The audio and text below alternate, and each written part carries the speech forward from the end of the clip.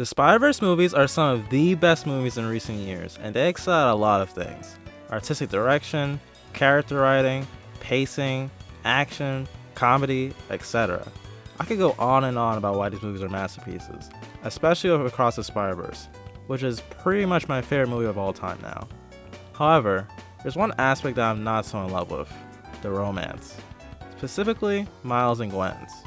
These aren't romance movies really, but with Across the Spider-Verse, I feel like there's a large enough focus on it now for me to finally have a reasonable take as to why it doesn't connect with me.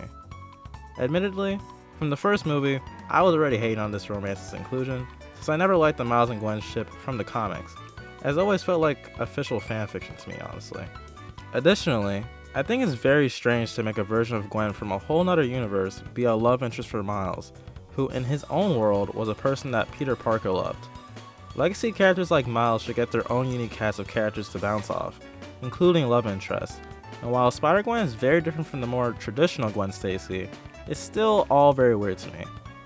Anyway, after rewatching the duology recently, I can now hate from a more analytical perspective, and say that I believe that this ship doesn't fit neatly into the messages about life, and by proxy, love, that these films tell us.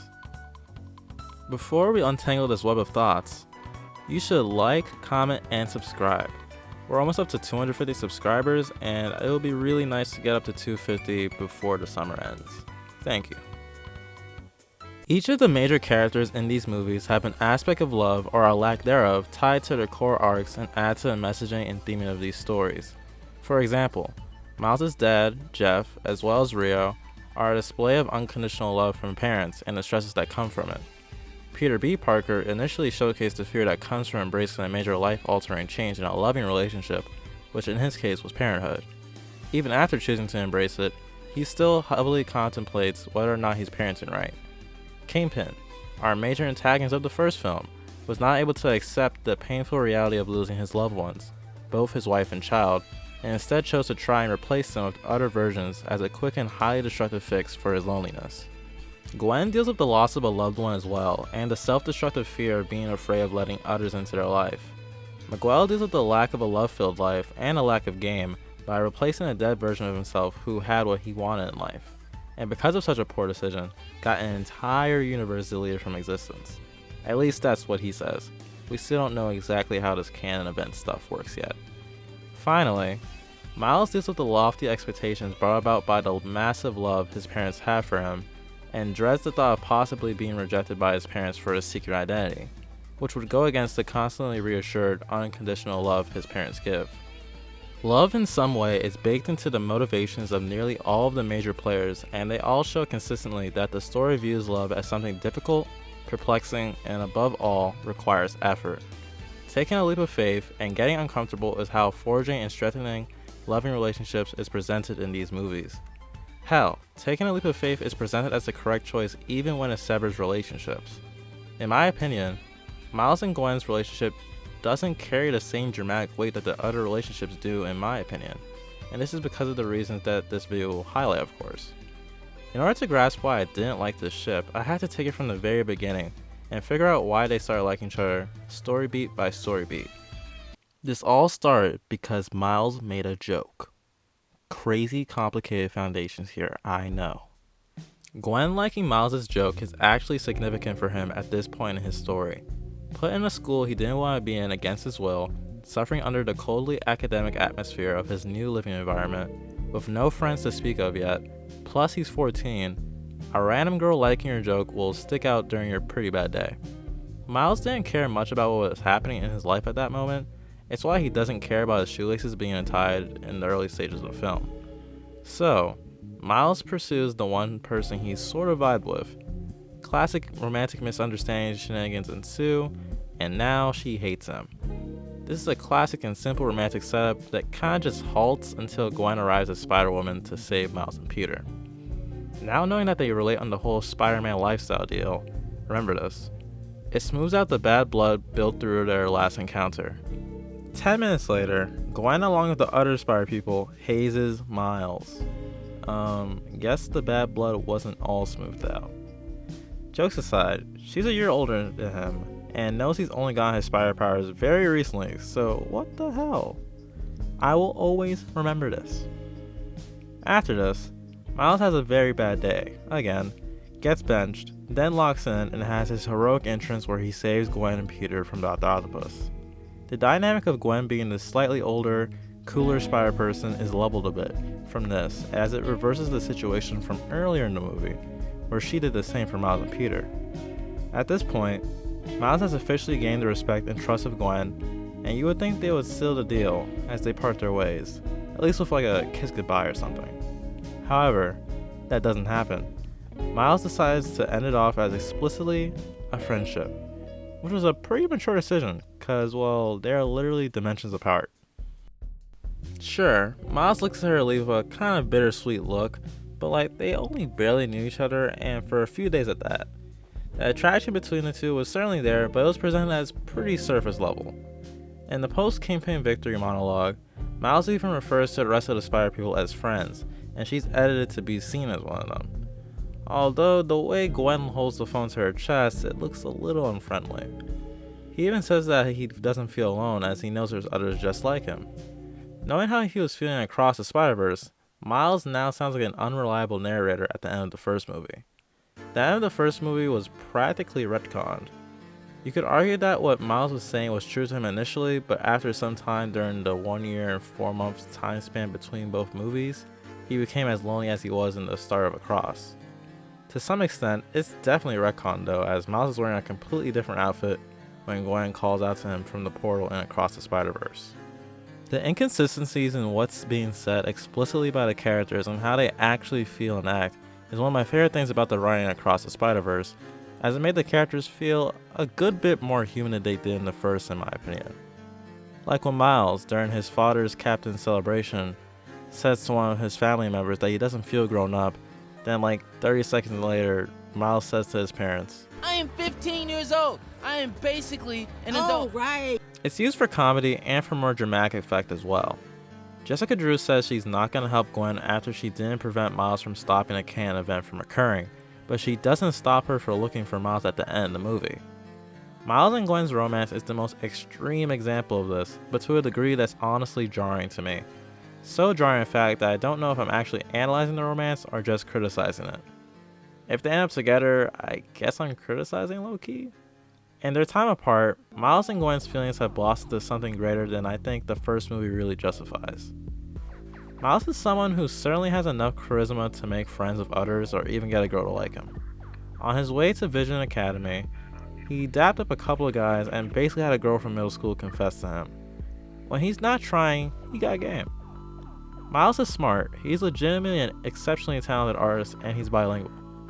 I'm glazing Miles right now because for as likable as he is to the people around him, and to us, the audience, he perplexingly has no meaningful relationships in his own universe. And I believe that this is due to a major character flaw that perhaps always existed, but developed into a bigger one between movies.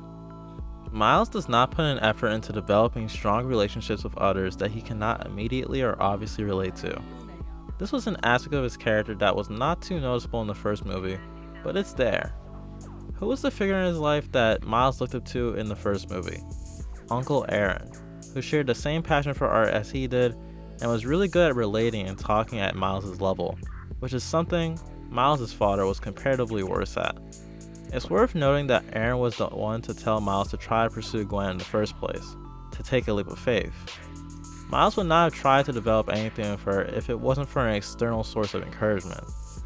Not quite the same situation, but similarly with Genki, Miles did not decide to try to get to know his own roommate until after his secret identity was exposed. At that point, with such a large elephant in the room, Miles was going to have to interact with him. Again, Miles develops a relationship to another person out of an external exigence. Miles was alone in Vision's Academy, but seemingly did not try to even get to know the person he literally lives with until he pretty much had to. Now, in his defense, in the first movie, he was kinda trying to flunk out, so maybe he wasn't trying to befriend anybody on purpose. But countering that, in the year and 4 months between these movies, this guy has not developed not one new relationship with anyone in his universe. I'd argue that him and Genki might not even be besties like the end of the first movie explicitly said. While there's certainly a comfortability between them now, judging by the way their banter is and the one small scene we have between them in Across, I feel like if they were besties, Genki would be more integral to the plot. This is the one guy in Miles' world that knows his secret. You'd think a relationship where Miles can be completely honest about his whole life would be more important in a story where feeling accepted plays such a vital role in the narrative. Across the Spider-Verse has a romance at the center of its plot, so the relationship between Miles and Gwen needs to feel grand and vital to both characters' arcs, even if it isn't earned. The first movie certainly shows some chemistry between the two, but it wasn't that important to the plot, so it was a very bare-bones romance, which left room for some continuation, even though it ended in mutual friend-zoning. So curiously, Miles and Gwen are just infatuated with one another in Across, more than how they were in the first.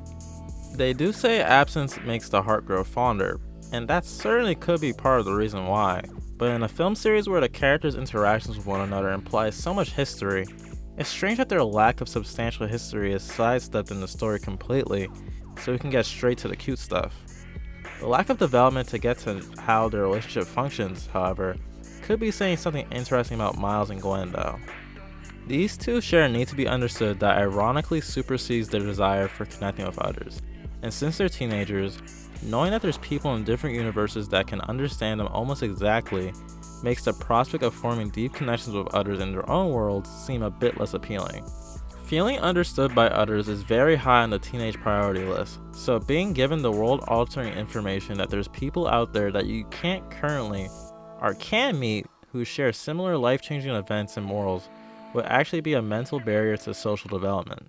Surprisingly, of the two, Gwen is the one that was trying the hardest to socialize, albeit very poorly, as we can see in the first minutes of Across, where she's actually with a band. But she apparently didn't join the band to make new friends, but to quote-unquote, I could hit my feelings with sticks. When her bandmates try to pry into her feelings, Gwen rejects their advances and storms off. Gwen is a person who has trouble verbalizing what she feels exactly, often saying things that don't really match what she wants to convey. We know through Gwen's narration at the start and at the end of the movie that she had always wanted to be in a band, and when she created her own one, it was specifically with Few old friends in hand, making what she says to her bandmates at the start of the movie feel like a lie to me. While viewing the band as an outlet to perhaps express herself is still certainly a part of why she joined the band, if she didn't want to socialize, why didn't she just hit her feelings with sticks in her bedroom? She has her own drum kit. Through so desperately wanting to belong, to be understood, which in her current capabilities is best done through music, she rejects those around her that have different reasons than her to also be in a band. Those differences prevents Gwen from seeing any possibility that they could be a place to belong without putting in any effort to find out where any similarities may lie in the first place. Mind you, Gwen was seemingly offered to hang out with the band outside of practice as well, but she never wanted to, showing she was content to be in a group, or a safe space, without truly discovering if the people around her were even a right fit for her. This healthy confrontation of the other members to get her to open up is what made Gwen run away, since for the first time in this safe space, she was challenged, and unfortunately, she associated this challenge with not belonging. Since her inability to relate to most people is what ultimately caused her to leave the band, I think it's interesting that the emotional resolution of the movie involves Gwen relating to her father, a non-spider person who she couldn't see eye to eye with in a pivotal moment. Initially, in their conversation, she says something in poor taste, leading her to be the one to have to continue the conversation at all, and she proceeds to equate her Spider-Woman lifestyle to his cop lifestyle. For Gwen to be able to relate to a person who doesn't share so many surface-level similarities to her shows that she has had some serious growth in the socialization area of her personality, even if it kinda was out of a personal desperation too. Now, at the end, Gwen makes her own band, which ties to the narration at the start of the movie, but I honestly hope this isn't considered the end of her character arc. I feel like creating your own place to belong is empowering, but if it's filled with only old friends, is it really as big of a flex as it's made to be? Being capable of forging new bonds outside of Spider Society would still be the best ending for her character to me, namely the Mary Janes, the band that she walked out on. Now, back to our protagonist, Miles. He's arguably the worst case of this shared issue out of the two. Miles had begun to basically check out of his own world at some point in between movies, as suddenly, Miles decides that he would shift his entire future career aspirations to becoming a scientist to research dimension stuff. This new goal in life, which could take who knows how long, is made in an effort to be able to one day freely travel to other dimensions, aka see his other spider buddies and be happy again. Considering how important Miles' art is to him and how exceptionally good he is at it, it was safe to assume his future was in the art world, but that expectation is completely dashed by this new development. Miles is smart, so he could totally go into this field, but I find it worrying that he's willing to go into a line of work just to see some friends again. Miles didn't have any established extreme interest in science in the first movie, so this has to be a sure sign of just how lonely Miles feels now, being the only spider person in his world, which is something he straight up said he wasn't dealing with at the end of the first movie. This loneliness and not having anyone that could completely get what he's going through in his very specific life is a relatable teenage feeling, but it's exacerbated by the fact that he knows there are people that literally can to a high degree. So, this begs the question, why does this knowledge make him go down his type of isolation, whereas Gwen, who was a loner for the most part, even tried to forge new relationships, post her positive experience befriending Miles in the first movie? To find the answer, I must bring this analysis back to Uncle Aaron, who was shot and killed right in front of Miles in the first movie. Miles' biggest distinction between him and other spider people is that he doesn't let his trauma fuel his heroic virtues like other Spider-Men. Miles did not need the "with great power comes great responsibility" lesson, because he already knew it and applied it before Aaron's death, trying to fulfill his dead Spider-Man's last wish. When Miles' uncle dies, he simply tells him, "Just keep going." These last words are great and well-meaning, but I think Miles may have adopted them a little too much. Miles' life has not slowed down at all since his death. Like, this kid beats up his uncle's murderer the same day he got killed. While Miles certainly has had a bit of time to grieve and an opportunity to express how much his uncle meant to him, I believe that to truly cope with Aaron's murder, he decided to actually mentally focus on the loss of his new relatable friends instead. Also, isn't it kind of tragic that those who shared such similar traumas to him had to leave his life so soon after it happened? The person that Miles could relate to the most in his life was taken from him, and then the people that could relate the most in the loss of said person had to leave his life literally the day the loss happened. I think that would mess with anybody on the down low, and due to all of this, in his spider friend's absence, he began to glorify them. He only knew these people for a few days, but they changed his life undoubtedly, so it makes sense to an extent. However, his love for Gwen feels a bit less healthy to me. He talked to her a few times in the first Spider-Verse, and these weren't even massive conversations like he probably remembers. In the upside down combo scene, Miles says, "You know, it really is always so great to talk to you." and when I see that, every time I think, that is literally not true. This is the deepest combo y'all have literally ever had. Miles also says, We're the same. he doesn't really know much about her and is lashing onto every attractive similarity like it makes her the greatest person ever. And she reciprocates, saying stuff like, What do you think? What I always think. You're amazing. but for a different reason. Miles was her first friend since the death of her Peter, and thus, Miles is put on a pedestal in her mind, despite their friendship never getting to develop to a high level at all. Both Miles and Gwen think they truly understand each other, but they haven't had a natural amount of time to get to even know each other.